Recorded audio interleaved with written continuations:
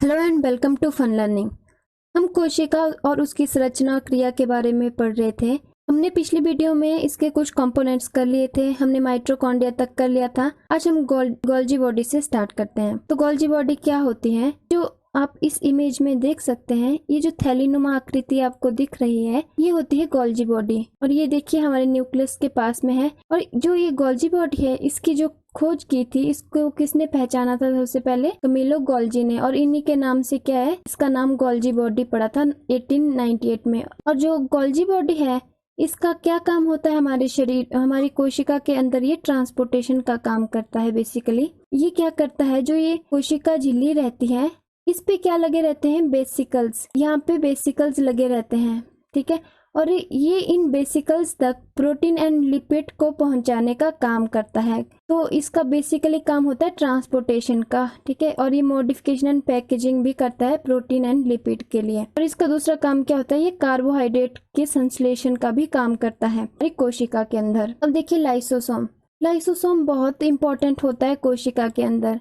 की खोज की थी डी डुबे ने। और जो कोशिका के अंदर पाचन का काम है, वो लाइसोसोम करता है। ये आप इमेज में यहाँ देखिए, ये है लाइसोसोम। ये जो आपको दिख रहे छोटे छोटे से, ये है लाइसोसोम। इनके अंदर क्या रहते हैं? जल अपघटक एंजाइम, हाइड्रोलाइटिक एंजाइम इसमें रहते हैं। और ये एंजाइम क्या करते हैं? ये बड़े बड़े मॉलिक्यूल्स को छोटे मॉलिक्यूल्स में ब्रेक डाउन करते हैं। और अगर कोशिका के अंदर कोई अंग काम नहीं कर रहा होता है ठीक से, तो ये उस अंग को नष्ट कर देता है, ठीक है। और अगर पूरी कोशिका काम नहीं करने लगती है, तो ये क्या करता है? स्वयं को फाड़ लेता है। और उससे क्या होता है, इसके अंदर जो हाइड्रोलाइटिक एंजाइम होते थे, उसकी वजह से क्या होता है, पूरी कोशिका फिर नष्ट हो जाती है। इसीलिए इसे आत्महत्या की थैली कहा जाता है। इसमें देखिए जो आरबीसी होता है, उसके अंदर लाइसोसोम नहीं होता है।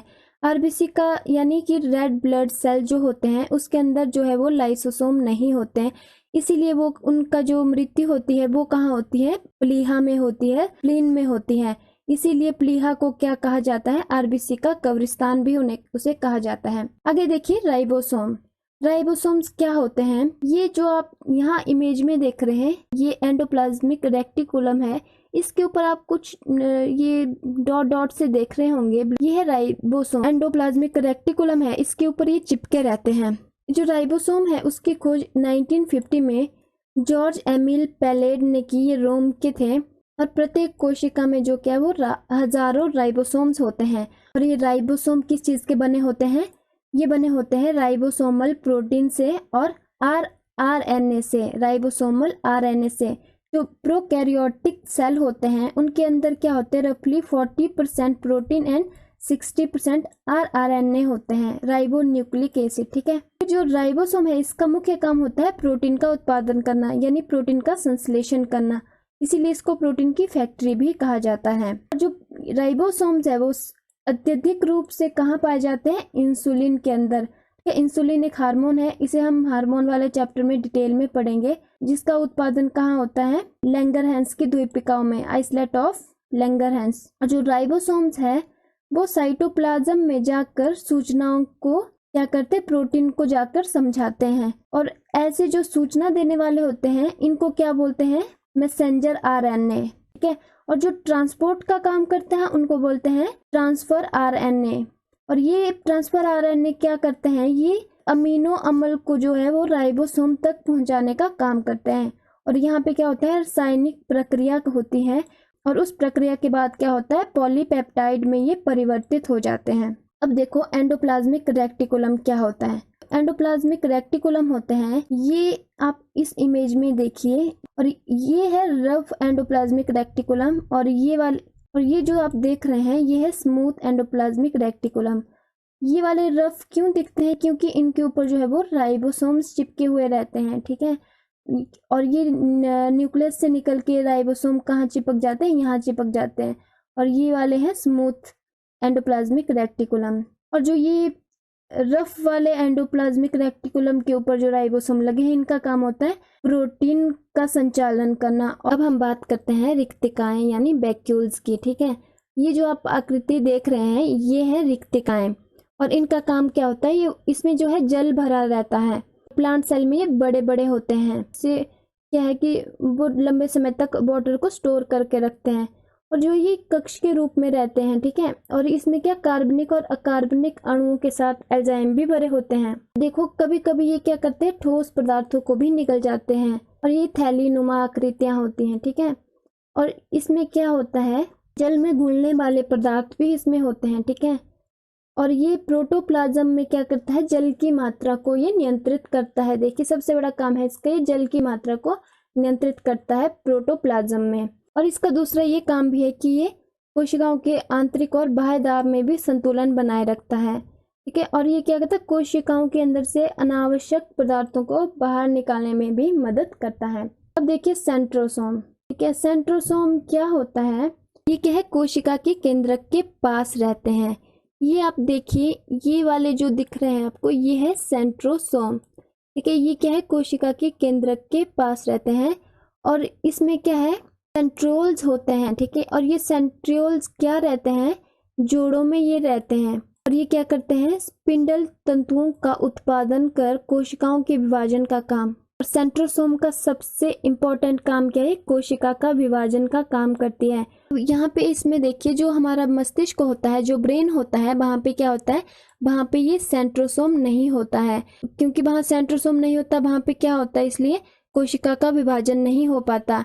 अगर वहाँ पे कोशिका का विभाजन नहीं हो पा रहा है तो यानी कि अगर हमें ब्रेन में चोट लग जाती है तो वहाँ पे रिकवरी करना काफ़ी मुश्किल हो जाता है, ठीक है। तो अब ये कोशिका का विभाजन जो सबसे ज़्यादा कहाँ पे होता है, सबसे ज़्यादा ये कोशिका का विभाजन जो है वो लीवर में होता है। लीवर में एक क्षमता होती है कि वो वहाँ पे क्या है, सबसे ज़्यादा कोशिका का विभाजन होता है, सबसे ज़्यादा सेंट्रोसोम वहाँ पे पाया जाता है। और ये जो सेंट्रोसोम है ये केवल जंतु कोशिकाओं में ही पाए जाते हैं, पादप कोशिकाओं में सेंट्रोसोम के द्वारा विभाजन नहीं होता।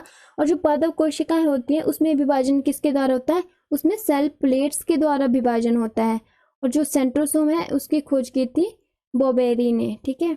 तो ये था सेंट्रोसोम। आगे देखिए केंद्रक। केंद्रक जो है वो सबसे इम्पोर्टेंट है सेल के अंदर, ये है हमारा केंद्रक, ठीक है। ये सबसे इम्पोर्टेंट पार्ट इसलिए भी है क्योंकि ये ब्रेन ऑफ द सेल है, ठीक है। ये पूरे कोशिका को क्या करता है, पूरे कोशिका के काम को क्या करता है, नियंत्रित करता है। और कोशिका के जो पुनः उत्पत्ति का कार्य भी यहाँ पे ही पूरा होता है। यानी कि कोशिका के विभाजन से जो दूसरे सेल बनते, एक सेल से पता है आपको दूसरा सेल बनता है, तो ये काम कहाँ पूरा होता है, ये काम पूरा होता है हमारे केंद्रक के द्वारा। अब ये देखिए कि इसके अंदर क्या होता है, इसके अंदर जो है वो बारीक बारीक से धागे बने रहते हैं। ये आप देखिए, धागे जैसी जो आकृति बनी रहती है जिसे हम क्रोमोटिन कहते हैं। और जिस समय नई कोशिका बन रही होती है, यानी कोशिका का विभाजन हो रहा होता है, तो उस समय क्या होता है, ये जो क्रोमोटिन होते हैं, ठीक है, ये क्या करते हैं, ये बड़े बड़े लंबे लंबे सूत्रों में परिवर्तित हो जाते हैं, ठीक है। और इन्हीं लंबे सूत्रों को हम क्या बोलते हैं, क्रोमोसोम। यानी क्रोमोसोम कहाँ होते हैं, हमारे केंद्रक के अंदर होते हैं। क्रोमोसोम के बारे में देखते हैं आगे। ये देखिए जो क्रोमोसोम होते हैं इन्हें हम गुणसूत्र भी बोलते हैं। इनकी संख्या कितनी होती है, 46 होती है इनकी संख्या। और ये जोड़ी में रहते हैं, इन्हें जोड़ी में लिखते हैं तो 23 जोड़ी होती है। और इसमें क्या रहता है क्रोमोसोम, अब देखिए न्यूक्लियस है। अब आप इस इमेज में देखिए, ये है न्यूक्लियस, ठीक है। और इस न्यूक्लियस के अंदर क्या रहेगा, इस न्यूक्लियस के अंदर है क्रोमोसोम। ये जाली नुमा जो आकृति आपको दिख रही है क्रोमोसोम। और क्रोमोसोम के अंदर, इन जालिका के अंदर, अब देखिए ये जो क्रोमोसोम है इनकी जो संरचना है कुछ इस तरह की होती है, ये कुछ इस शेप में होते हैं। तो और इनके अंदर क्या होता है, इनके अंदर होते हैं डीएनए एंड आरएनए। और जो डीएनए है उसी में हमारी सारी जेनेटिक इंफॉर्मेशन होती है। जेनेटिक इंफॉर्मेशन यानी हमारी जो रंग रूप है ये कैसा होगा, ये आपको पता होगा, हमारे पीढ़ियों से हमें मिलता है। जेनेटिक इंफॉर्मेशन हमारी क्या कहाँ रहती है, वो रहती है डीएनए में। डीएनए यानी deoxy ribo nucleic acid. Chromosome के अंदर दूसरे क्या होते हैं, प्रोटीन्स होते हैं, ठीक है, प्रोटीन राइबो न्यूक्लिक एसिड। अब देखिए न्यूक्लियाई, न्यूक्लियस का जो बहुवचन होता है, प्लूरल होता है, वही होता है न्यूक्लियाई, ठीक है। और ये यूकैरियोटिक जो सेल होते हैं उसकी सबसे बड़ी रचना होती है, ठीक है, न्यूक्लियाई। उसमें क्या, ये जो है वो प्रोटीन के बने होते हैं। और इनमें क्या होता है, राइबोसोम्स का संश्लेषण होता है और इसीलिए से राइबोसोम का कार्यस्थल भी कहा जाता है। और राइबोसोम के बनने में क्या होते हैं, ये सहायक होते हैं। देखिए 2 चीजें बताती हूँ यहाँ पे, ये है सीलिया और फ्लैजिला। अब देखिए सीलिया और फ्लैजिला क्या होते हैं। ये मान लो ये कोशिका है, ठीक है, इसके बाहर हेयर लाइक स्ट्रक्चर रहते हैं, ठीक है, कुछ हेयर जैसी संरचना इसके बाहर रहती है जो क्या करती है, कोशिका को आगे बढ़ने में, चलने में हेल्प करती है, मूवमेंट करने में हेल्प करती है। और जो फ्लैजिला होते हैं वो लॉन्ग हेयर लाइक संरचना होती है, ठीक है, ये कैसी होती है, लॉन्ग हेयर लाइक स्ट्रक्चर ये होते हैं, ठीक है, ऐसे। और जो हमारी सीलिया होते हैं ये शॉर्ट हेयर जो होते हैं, हेयर लाइक स्ट्रक्चर होते हैं, ठीक है। इन दोनों का काम होता है, मूवमेंट का ही काम होता है इसका बेसिकली। और ये जो यही सीलिया और फ्लैजिला होते हैं, यही मेल सेल के स्पर्म्स को क्या करता है, आगे बढ़ने में हेल्प करता है। और यही सीलिया और फ्लैजिला क्या करता है, ओवम को यूट्रस की तरफ को बढ़ने में हेल्प करता है। तो आगे देखिए हम बात करते हैं लबक की। जो लबक होते हैं ये क्या है, पादपों की ये सबसे बड़ी कोशिका, और ये क्या है, सिर्फ पौधों में पाया जाता है, उनकी सबसे बड़ी कोशिकांग यानी ऑर्गेनेल्स। ऑर्गेनेल्स क्या होते हैं, छोटे छोटे पार्ट। अब कोशिका है, कोशिका अंदर छोटे छोटे पार्ट्स हैं, वो ऑर्गेनेल्स हैं कोशिका के। अब देखिए लबक कितने प्रकार के होते हैं, ये 3 प्रकार के होते हैं, क्लोरोप्लास्ट, ल्यूकोप्लास्ट और होमोप्लास्ट। जो क्लोरोप्लास्ट है, ठीक है, हरित लबक है, इनका काम क्या होता है, इनका काम होता है प्लांट्स में भोजन का निर्माण करना, और ये पत्तियों तथा तनों में ये पाया जाता है। और जो अवर्णित होता है, ल्यूकोप्लास्ट होता है, इसका काम क्या होता है, भोजन का संग्रहण करना। ये सिर्फ पौधों में होता है, ठीक है, पेड़ पौधों में। और ये कहाँ होता है, जड़ों और फलों में ये पाया जाता है। फिर तीसरा कौन सा है, वर्णित, और इसी के कारण क्या है, रंग प्रदान होता है पेड़ पौधों में, ठीक है। अब ये देखिए कौन सी चीज एनिमल सेल में होती है, कौन सी केवल प्लांट सेल में होती है, कौन सी कॉमन होती है दोनों में। तो लास्ट वाले वीडियो में मैंने हल्का सा बता दिया था ये चीज, तो वहां पे मैंने काफी ज्यादा डिटेल में नहीं बताया था, काफी शॉर्ट में बताया था, तो शायद वो चीज पूरी तरह से समझ नहीं आई होगी, तो मैं यहाँ पे पूरा क्लियर कर दे रही हूँ। जो केवल एनिमल सेल में पाए जाते हैं वो कौन से हैं, वो है सीलिया, फ्लैजिला एंड लाइसोसोम। ये केवल एनिमल सेल में पाए जाते हैं, प्लांट सेल में नहीं पाए जाते हैं। और जो प्लांट सेल है उसमें सेल बॉल और प्लास्टिड, ये दोनों चीजें सेल बॉल में पाई जाती हैं, वो एनिमल सेल में नहीं पाई जाती हैं। अब कॉमन क्या चीज है, कॉमन देखिए सेल मेम्ब्रेन, ठीक है, सेल मेम्ब्रेन क्या है, वो क्या है, कॉमन होती है दोनों में।